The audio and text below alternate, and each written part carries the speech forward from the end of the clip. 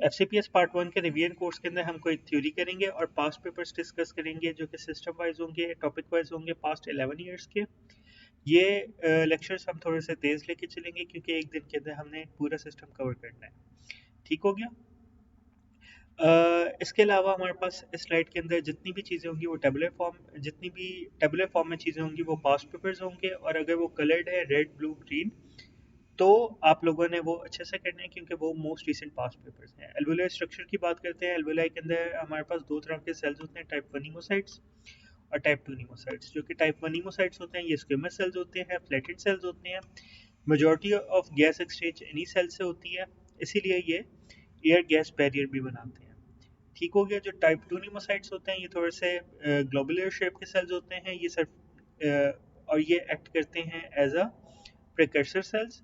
मतलब ये कि ये टाइप 1 न्यूमोसाइट्स की भी प्रोडक्शन करते हैं। अगर कोई डैमेज हो गया है सेल से, कोई टाइप 1 न्यूमोसाइट, कोई टॉक्सिन आ गया, कोई इंजरी हो गई है, कोई इन्फ्लेमेशन हो गई है, और ये टाइप 2 नीमोसाइट्स की भी प्रोडक्शन करते हैं। इसके अलावा हमारे पास जो मेजर रोल है टाइप 2 नीमोसाइट्स का, मेजर फंक्शन है वो है सरफेक्टेंट प्रोड्यूस करना। सरफेक्टेंट क्या है? सरफेक्टेंट एक केमिकल कंपाउंड है जिसका नाम है डाइपालमिटाइल फॉस्फेटिडाइल कोलीन, और ये फैट्स, लिपिड्स और प्रोटीन से मिलकर बना होता है।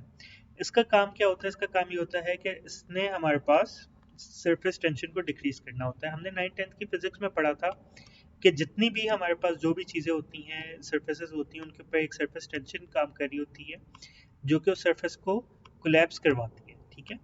अब ये जो ऑयली कंपाउंड है ये हमारे पास इनर लेयर ऑफ एल्वेलाई को कवर कर लेता है। ठीक है? और सरफेस टेंशन को डिक्रीज करता है। सरफेस टेंशन जब डिक्रीज होगी तो हमारे पास एल्वेलाई कोलैप्स नहीं होगा, लंग की रिकॉइल कम होगी और जो लंग की कंप्लाइंस है वो बढ़ जाएगी। ठीक हो गया? अगर किसी पेशेंट में सरफेक्टेंट की डेफिशिएंसी है तो हम उस पेशेंट को स्टीरॉइड्स देते हैं जो कि बीटामेथासोन है। ठीक है? सरफेक्टेंट 20 वीक्स ऑफ गेस्टेशन में बनना शुरू होता है और ये 35 वीक्स पे जाके मैच्योरिटी अचीव कर लेता है। इसके अलावा अगर किसी पेशेंट की हमने लंग की मैच्योरिटी देखनी हो तो हम लेसिथिन स्फिंगोमाइलिन रेशो देखते हैं। ठीक है? अब बात करते हैं मैक्रोफेजेस की। मैक्रोफेजेस बेसिकली इंटर सेप्टम में प्रेजेंट होते हैं।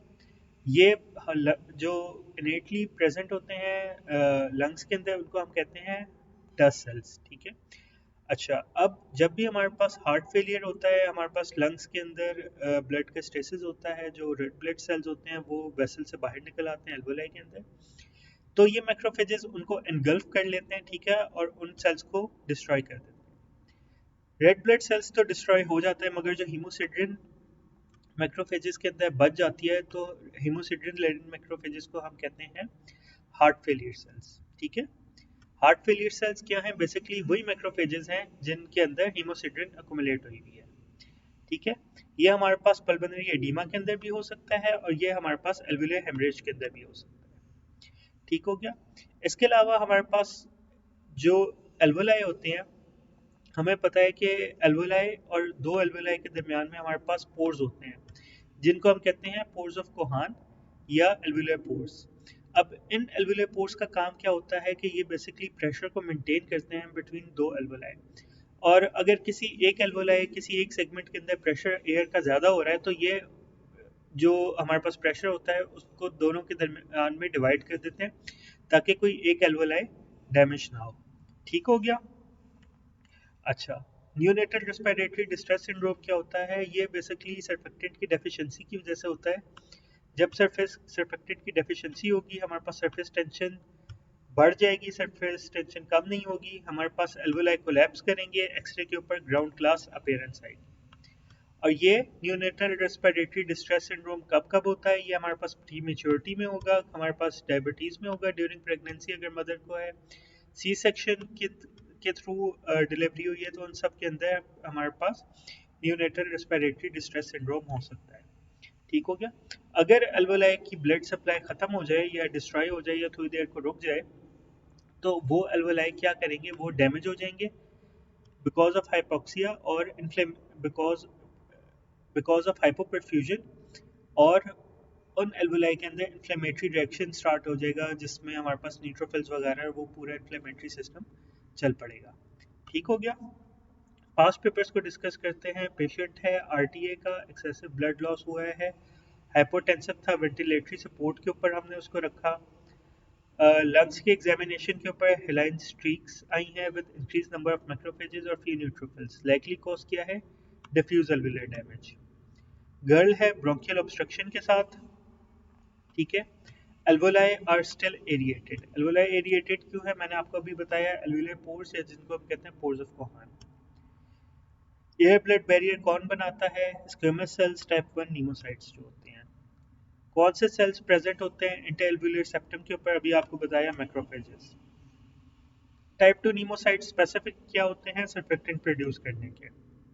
रिगार्डिंग एल्वोलाई, सर्फेक्टेंट अवॉइड करता है कोलैप्स को। डाइपाल्मिटाइल फॉस्फेटिडाइलकोलिन कार्बोहाइड्रेट प्रोटीन किसका कंपोनेंट है?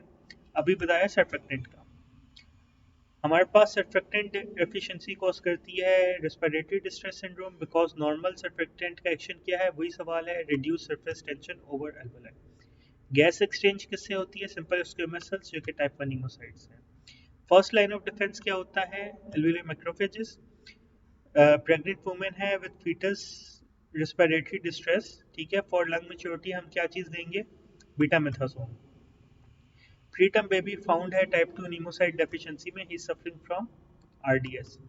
सर्फेक्टेंट डेफिशिएंसी में क्या चीज़ होती है? Decrease lung compliance. Lecithin sphingomyelin ratio is used to check foetal lung maturity, अभी आपको बताया है। First line of defence lung में क्या है? Dust sales.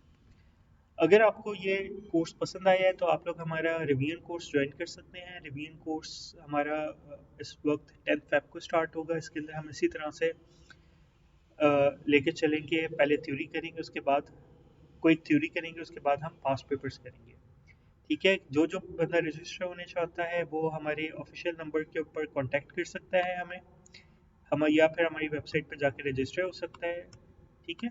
Thank you very much.